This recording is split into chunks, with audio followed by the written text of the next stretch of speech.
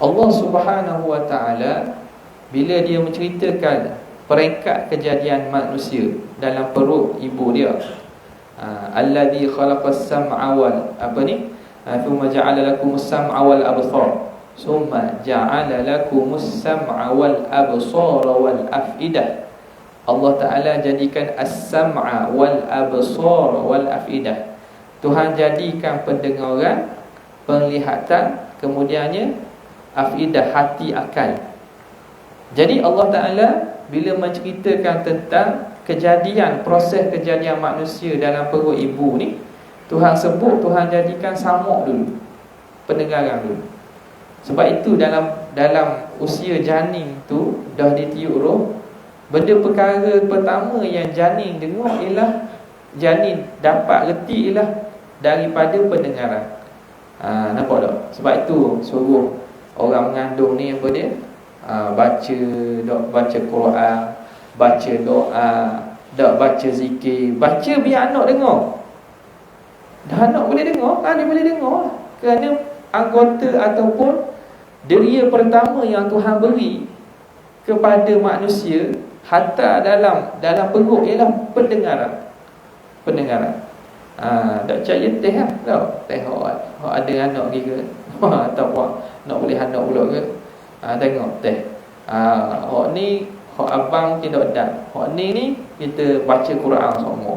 Suruh bini baca Quran, baca benda-benda molek. Tengok anak tu lahir akan ada perubahan dari segi juruhnya, dari segi ni. Sebab apa? Sebab dia masa mengandung, ibu dia mengandung itu dia ngodok, dengar benda molek dah. Keluar daripada perut benda azan, iqamah. Azan, iqamah. Tu kena dalam peringkat bayi tu kira matang, 6 bulan ke atas dah tu kira dah matang dah tu. Molek kita dengarkan benda-benda yang baik. Kalau mak ayah memang minat Hindustan, dengar Hindustan. Dengar Hindustan tak nak orang ni. Jadi kita yang mencorokkan, minat rock. Apa dah? Baik. Jadi dia kata sini, kerana banyak ini segala faedah adalah pendengar itu lebih afdal daripada penglihat, kerana banyaknya faedah penglihat itu bangsa dunia, dan kebanyakan faedah pendengar itu bangsa akhirat. Faedah melihat ni banyaknya berkait dengan benda dunia. Apa dia? Kita nak tengok, nak pergi, nak kenal orang, berkait dengan perkara-perkara dunia. Mata ni dia lebih berkait dengan benda-benda dunia. Dia ada juga benda berkait akhirat. Kita tengok mushaf, tengok Kaabah, tengok wajah mak ayah kita, tengok pemandangan alam yang mengingatkan Allah Ta'ala, ada. Tapi kebanyakannya perkara dunia. Bahkan bahaya pelihat ni lebih bahaya pada pendengar. Nampak? Jadi dia berkait sangat dengan dunia. Dan kebanyakan faedah pendengar itu bangsa akhirat. Dan kerana itu mendapat engkau akan yang buta lebih sempurna daripada yang tuli. Dia kata buktinya mana? Tengok orang buta dengan orang tuli. Biasanya hak lebih siapa hak lebih? Orang buta ramai ulama, ramai apa Quran, ramai boleh kelebihan-kelebihan orang buta. Dia tak nampak mata dia tak nampak. Ada ulama-ulama buta, apa Quran tu ada lah, ada juga. Kalau negara-negara Arab buta ni, biasanya apa Quran. Sebab bila Tuhan tutup salah satu daripada anugerah Tuhan tarik, Tuhan akan buka anugerah lain. Tuhan akan buka anugerah lain. Bila Allah Ta'ala tarik habibataihi, mata dia, Allah Ta'ala akan ganti dengan benda yang lebih daripada tu. Mungkin cepat ingat, tapi tempat kita sayang sangat, mungkin ada juga lah apa. Tapi kadang-kadang bila mungkinlah kesedaran lah, ataupun tidak diarahkan dengan arah yang betul, akhirnya akhirnya main muzik dekat pasar-pasar. Jadi itu tak ada lah salah dari segi pekerjaan halal, tak halal tu bukan isu lah, tak ada betul. Tapi maknanya mereka ada kemampuan lebih. ada kemampuan lebih. Bila Tuhan tarik mata ni, tamanya maksiat mata tak ada dah. Jadi Tuhan akan buka daripada kelebihan lain pula. Kalau kita dapati tanah harap, kalau buta, hafiz Quran, apa lagi, ulama. Tapi orang tuli jarang. Tuli ni maknanya kalau pendengaran cacat ni, manfaat yang akan dapat tu kurang sikit. Tapi kalau buta mata, ramai. Sebab itu sahabat Nabi tak ada yang tuli, hak buta ada. Sahabat-sahabat Nabi tidak ada di antara mereka yang tuli, yang tak dengar, yang pekak tak ada. Jadi hak buta ada. Jadi suhbah ini sabit walaupun sahabat tidak melihat Nabi. Sahabat tak nampak Nabi. Abdullah ibn Ummi Maktum tak nampak Nabi, tapi sabit sahabat sebab berlaku pertemuan, dia dengar kalam Nabi. Sebab itu mulia pendengaran ni. Sahabat Nabi tidak ada yang pekak. Begitulah yang masyayikh kita sebut, begitulah. Jadi sebab itu dia kata, kerana itu mendapat engkau akan yang buta lebih sempurna daripada yang tuli. Dan bermula mensyukurkan pendengar itu. Bagaimana kita nak mensyukurkan pendengar ni? Bagaimana kita nak mensyukurkan pendengar? Itu dengan bermula mensyukurkan pendengar itu, memeliharanya daripada mendengar yang dilarang. Jaga daripada benda yang dilarang, seperti mengumpat dan mengadu-ngadu. Ngumpat, kata buruk atau benda yang orang tak suka di belakang dia. Mengumpat dan mengadu-ngadu. Ngadu ni makna dia nak racun, dia nak mengadu domba, nak membuat perbalahan. Ni adu, ni tuduh ni. Dan segala perkataan yang tak ada baik, dan perkataan-perkataan lain yang haram atau tak baik, seperti bid'ah. Perkara-perkara bid'ah, bercakap benda-benda yang bid'ah, benda-benda yang dilarang oleh syarak. Dan berbantah-bantah. Dengar berbantah-bantah ni, dengar bukan berbantah-bantah. Berbantah-bantah tu maksiat lidah, cakap itu satu, tak masuk lagi. Ni dengar. Mana kita dengar berbantah-bantah tu juga satu benda yang tidak ada faedah lah. Yang berbantah-bantah tak ada faedah. Tapi kalau tujuan berbantah-bantah tu untuk kita, tujuan yang ada tujuan syar'i, kita dengar untuk tahu hujah. Orang ni debat, padahal kita nak tahu hujah dia apa, nak tahu untuk apa, untuk teguhkan akidah dan keimanan kita, tak ada masalah. Dan seperti mendengar suara perempuan, dan mudah belia jika ditakuti daripadanya akan fitnah. Okey, dengar suara perempuan. Di qaid dengar suara perempuan ni, dia ada apa ni? Ada qaid sikit. Sebab dari segi hukumnya, di sisi jumhur dan mazhab kita, suara perempuan semata-mata bukan aurat. Jadi maksud mendengar suara perempuan ni makna yang membawa fitnah. Tu dia kata. Yang ditakuti daripadanya akan fitnah. Jadi yang ditakuti daripadanya, jika ditakuti, boleh menggoda, dan juga orang panggil dia muka jambu ni. Pula suara dia tu suara yang menggoda. Suara dia menggoda. Dia bedah ke mana tak tahu. Jadi hukumnya macam mana? Haram jika ditakuti daripadanya akan fitnah. Adapun suara wanita pada asalnya dia bukan aurat, kecuali jika ditakuti daripadanya akan fitnah. Dan seperti mendengar perkakas permainan yang diharamkan. Ni masuk pada masalah alat-alat muzik. Alat-alat muzik. Dia kata seperti mendengar perkakas, alat-alat permainan yang diharamkan. Jadi alat permainan, alat muzik ni ada hak dalam hadis datang disebut pengharamannya dalam hadis. Kita baca dulu, lagi kita hurai berkaitan hukum. Seperti serunai dan gendang dan gendang. Seperti serunai dan gendang.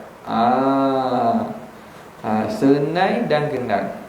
Dan jangan engkau tertipu disebabkan mereka yang menghalalkan akan mendengar umpama serunai itu. Okey. Jadi pengarang ni mengambil pandangan yang mengharamkanlah, tapi kita kena dalam masalah ni ulama buat penulisan khusus berkaitan dengan hukmu al-ghina wal ma'azif, nyanyian dan juga alat-alat muzik. Ada buku khusus, banyak ulama yang tulis. Ulama-ulama yang kontemporari pun ada, ulama semasa pun ada. Dia himpunkan kalam-kalam para ulama menghukumkan, sebab dalam hadis Nabi SAW dia datang sebut tentang larangan beberapa alat-alat muzik.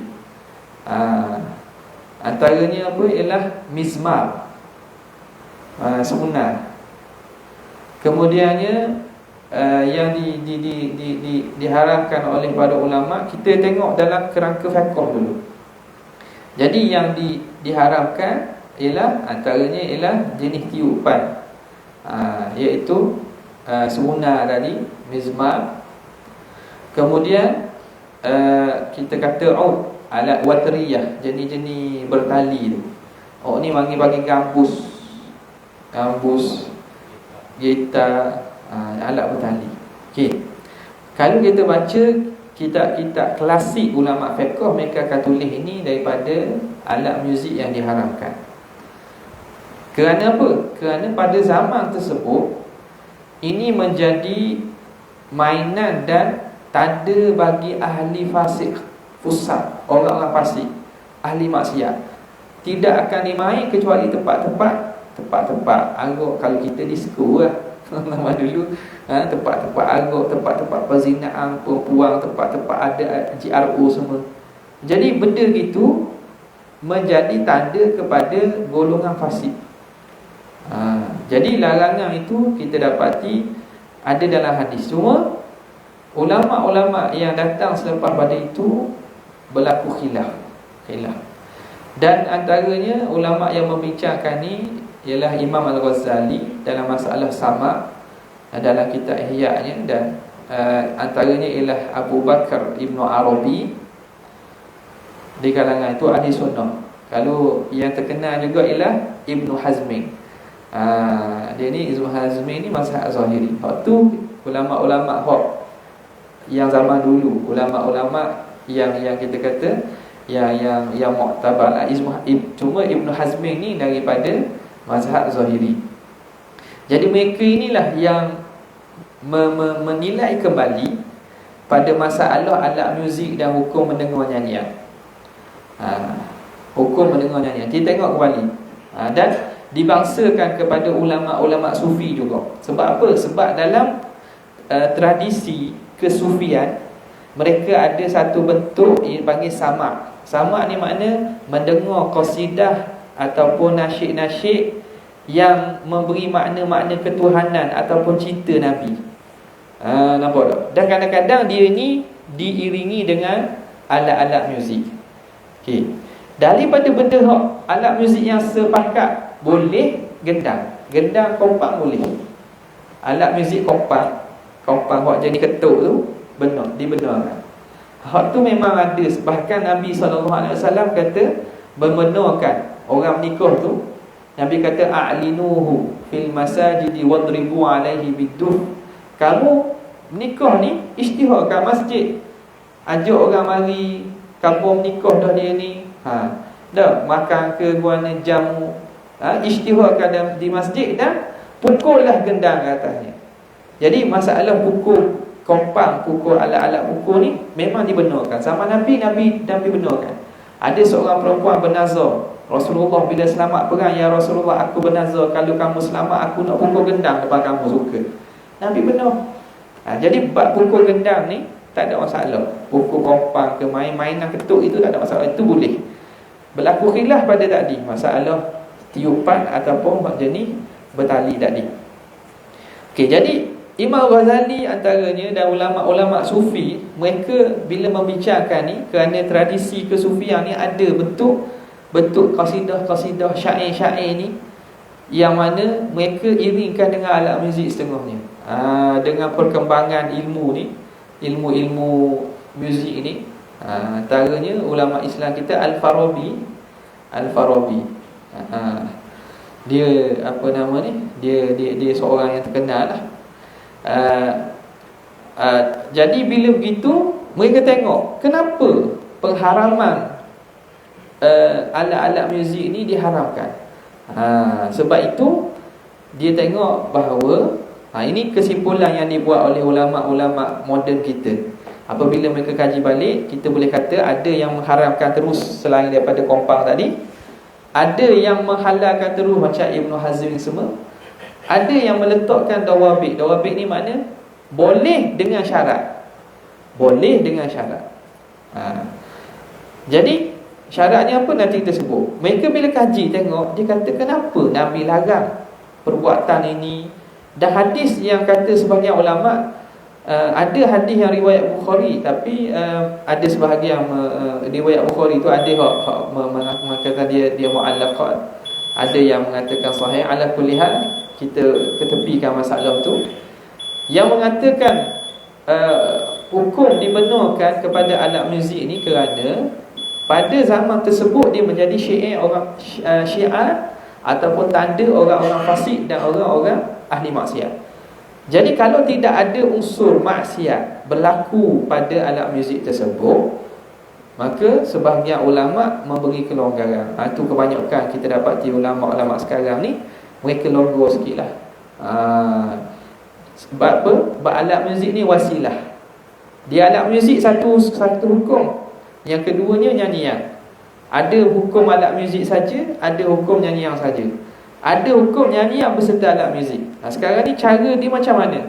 Mereka menyatakan kalau dari segi alat muzik tu, kerana dia wasilah sahaja, dan dia tu bunyi-bunyian yang terhasil daripada getaran-getaran yang dibuat, ketukan-ketukan, maka digunakan untuk apa? Kalau dia itu tidak melalaikan,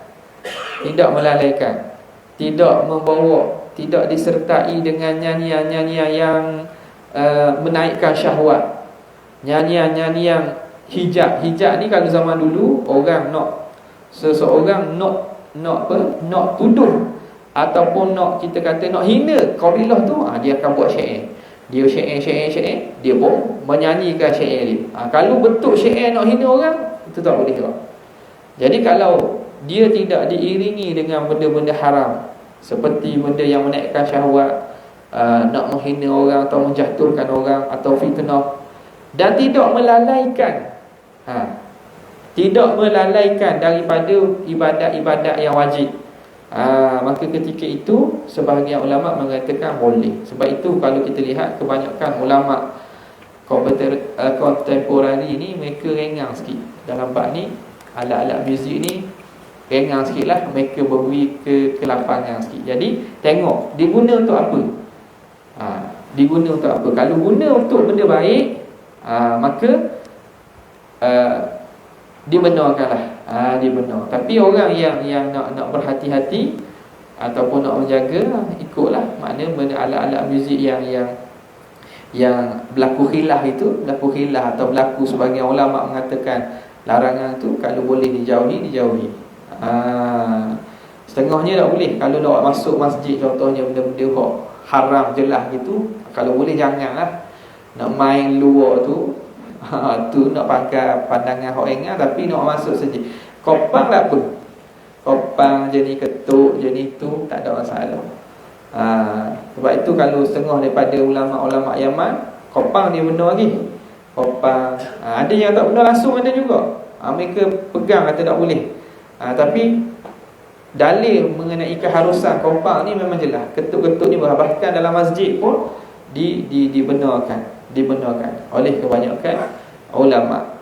Okey. Jadi dari kerana itu, dalam masalah alat muzik ni tengok kepada apa yang mengiringinya. Kalau contohnya dia duk main gitar, siapa dah ingat. Kalau orang minat suruh, ada dengar ini orang-orang pemain gambus lah. Gambus besar lah, dia panggil ni memang terkenal daripada ulama-ulama mengharapkannya. Dia gambus. Kita mungkin tak apa pandai kot, kan ada orang Johor tu. Johor biasa lah. Gambus ni kalau pandai bunyi tu Masya Allah. Dia macam boleh bercakap. Kita boleh rasa ke hati tu. Jadi dia kata bangun tak boleh, kena petak. Jadi main gitar ke mana, bangun tidur kena petak dulu sebelum bayar. Bayar juga kena petak dulu, kena tu. Jadi kalau sampailah menyebabkan tinggal benda-benda wajib, maka benda itu eloknya kita jagalah. Okey. Hukumnya gitulah. Itu boleh tengok lagi lah pandangan ulama. Jadi ada yang ulama yang mengharamkan benda-benda seperti alat bertali dan juga seruling. Seruling ni ada satu yang dibenarkan, dia panggil nai. Nai ni dia lurus. Dia luruh gitu je. Tapi ada lubang lah. Ini kebanyakan ulama sufi membenarkannya. Sebab dia bukan bentuk mizmar ataupun bukanlah yang macam disebut dan itulah. Dia luruh betul disiup. Ditiup. Kita macam seruling ke seruling. Begitu. Ni kadang-kadang mereka tiup ni mengiringi bacaan-bacaan nasyid-nasyid mereka. Jadi itu kadang dia menaikkan lagi. Macam kita lah, kalau orang minat gayung, dengar gendang gayung tu, mari lagu naik ses lalu. Apa dah orang setengah orang ni gitu. Dia dengar je, dia akan jadi mari. Tengok apalah. Kalau dia mengingatkan Tuhan, maka benda gitu, benda dengan tujuan dan perkara yang baik. Katanya, dan kerana umpama serunai itu kerana perkataannya itu menyalahi akal Quran. Jadi kata jangan. Tengok tuan pengarang kita dia bab ni syadid, dan berapa guru-guru kita pun ada yang sebahagiannya syadid lah, yang tak benar kan.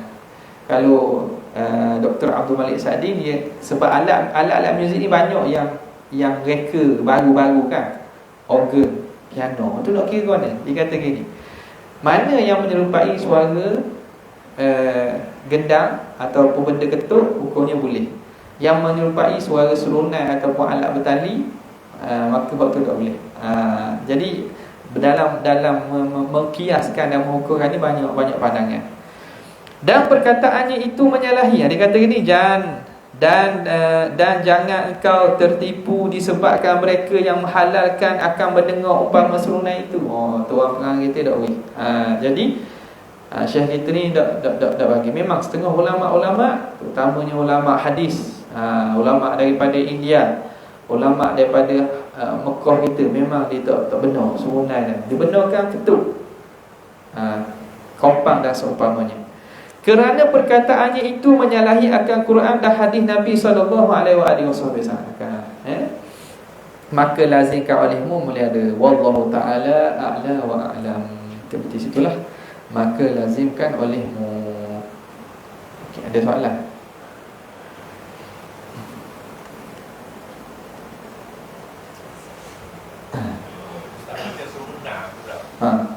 Dia memang melalai tak kadang-kadang serunai ada masa dia melalai buat dia tali di dada tu kaya tu kan.